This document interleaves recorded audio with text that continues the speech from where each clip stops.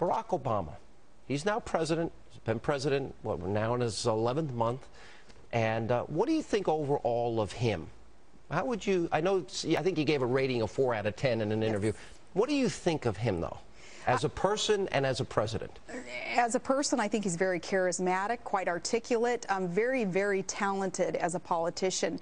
And he's been gifted in this arena, and I would like to see those gifts be put to better use to make solid, sound decisions for our country to put us back on the right track, because I think the decisions that he's making when it comes to the economy are not the right decisions for America.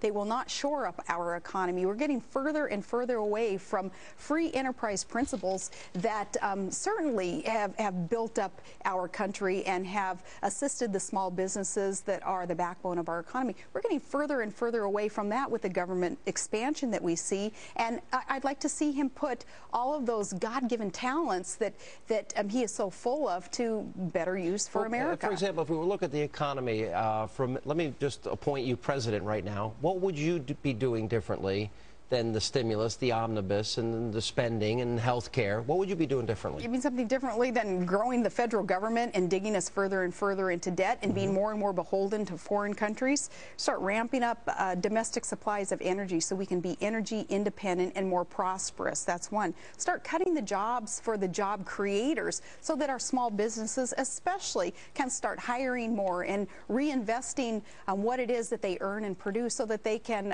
grow and prosper. And certainly there are so many things that are common sense principles that Ronald Reagan applied to get us out of the recession back in the early 80s. I'd like to see us revisit some of that history and apply those solutions. Look, I follow this president every day. I think he's a socialist. Do you think he's a socialist? I think that he certainly is ceding more and more power, and he's taking it away from the individual and from our small businesses, and he's empowering government, and that's a dangerous path for our country to be on. He's taken over banks, financial institutions, they're dictating pay, auto car industry, company, right, and now maybe the healthcare industry. And isn't that by definition socialism? Energy industry too. I think the attempt will be next, and that's why Americans have got to pay attention. They've got to have their voices heard. They have got to remind our federal government that our expectation is that our government will work for us. We will not work for them. And all we're asking is that government be put back on our side. All right, one of the things that we'll get to when we come back, you took a lot of heat for talking about the president's radical associations, but you would have liked to have gone further. Oh, yeah. And we'll get to that when we get back. And we continue now with Sarah Palin, and of course her new book is out. All right, one of the issues I focused in on in the campaign as a commentator, I'm on the air 4 hours a day, was the president's radical associations. I could not understand why the campaign did not focus on Bill Ayers and Father Pfleger and Jeremiah Wright. You took a lot of heat for saying palling around with terrorists.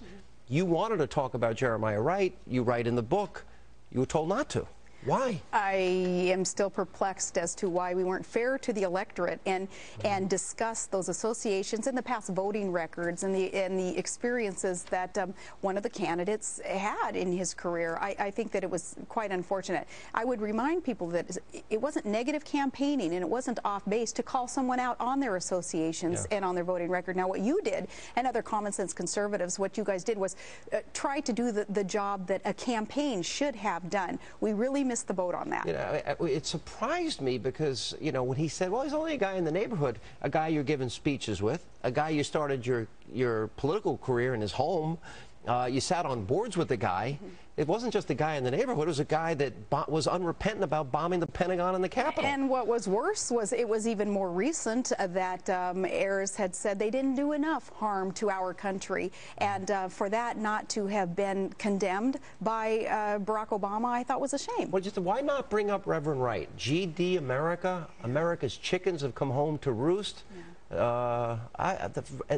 sat there in that church for 20 years. It still amazes me that that was not a bigger issue in the campaign. It should have been a bigger issue because I think it was indicative of some of the quote-unquote tolerance of a candidate in terms of hearing a message and being fed things that are not good for our country.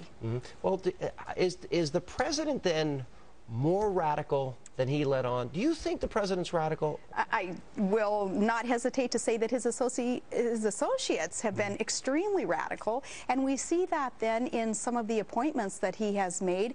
And again, I think that it is unfair to the electorate for a candidate or a campaign to hesitate in calling someone out on what their record really represents. Yeah, I agree with that. What do you think of, for example, as we talk about this? I think you describe yourself in the book as more conservative than Republican. And you go into this, you say Reagan motivated you to get into politics. Well, Reagan actually, I consider myself a Reagan conservative. A lot of people think I'm a Republican. I'm not. You can register in New York as a conservative. Yeah. Are you more of a conservative or more of a Republican? You know, it doesn't surprise me that you're not a registered Republican. So many good people whom I know are not registered within a party machine. Todd isn't a registered Republican, and people think, well, I must be pretty weak if I can't even convince my own husband to join the party. But well, he's part of that group, by the way, that wanted to secede from... Oh, yeah, supposedly, right. But no, so many Americans, I know up there in Alaska, the majority, about 70% of Alaskans, have that independent, pioneering spirit in them that says, you know, I'm not going to be so obsessively partisan that I let politics get in the way of just fighting for the right things for my state and for my country.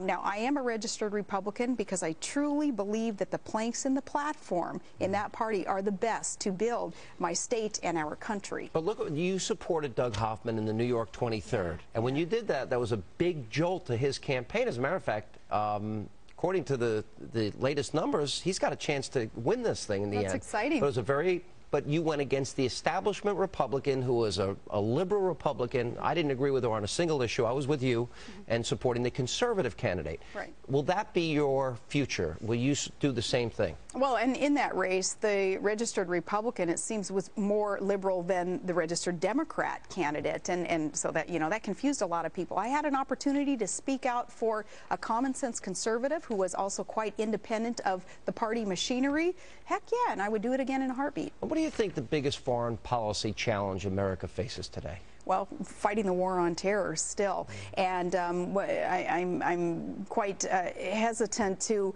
embrace any of the policy that Barack Obama right now is wrestling with in Afghanistan, when it seems that he's kind of dithering and not wanting to make up his mind when he appointed back in March McChrystal to give him a good strategy so that some kind of surge movement could be implemented in that country and that we could start seeing some progress in that war. Sure. For him to not want to listen, at this point anyway, to what McChrystal is asking of him is quite concerning. McChrystal said it in August. He said we need 40,000 troops or we risk failure. 40,000 troops. The president still hasn't decided. He needs to decide. And the rest of America then, his constituents, we're watching for the president to show that still spine that Reagan had so exemplified, to show that still spine and say, you know what, we're going to do all that we can to win in Afghanistan. We cannot afford to lose. So I will listen to my advisor when he is asking for the reinforcements. He's asking for the tools for that counterinsurgency strategy. I'm there with him. We're waiting for that. Your son just got back from a year's deployment in Iraq. He served his country. Yes. Do you worry about him serving under a president that is dithering? I'll use your word. I want to make sure that my son and that every soldier, that every member of our military is equipped to the fullest and as a commander-in-chief who is fully committed to their mission. Now, some people quite war-weary and wondering, why are we even there anymore? Well, the fact of the matter is, and we have to be pragmatic about this, we are there, and it does us no good to start dithering and wondering, oh my gosh, what kind of strategy? We know what strategy we need there. Same strategy as was successful in Iraq. Conditions are different in Afghanistan, especially the geographical conditions, Governor, but there's no war on terror. They're man-caused disasters. We're going to Mirandize enemy combatants on the battlefield. You know, I was thinking back to my convention speech a year ago, and the words spoken in that convention speech had a lot to do with what we're seeing today with this Mirandizing of enemy combatants, of terrorists. I said in that speech, I said, basically suggesting that I fear that the other candidate is more worried about terrorist rights when, well, an al-Qaeda terrorist is wired to try to destroy America, and somebody may be worried about their rights. Now, what we're seeing today with inviting the trial to be here in New York. It's Khalid Sheikh Mohammed.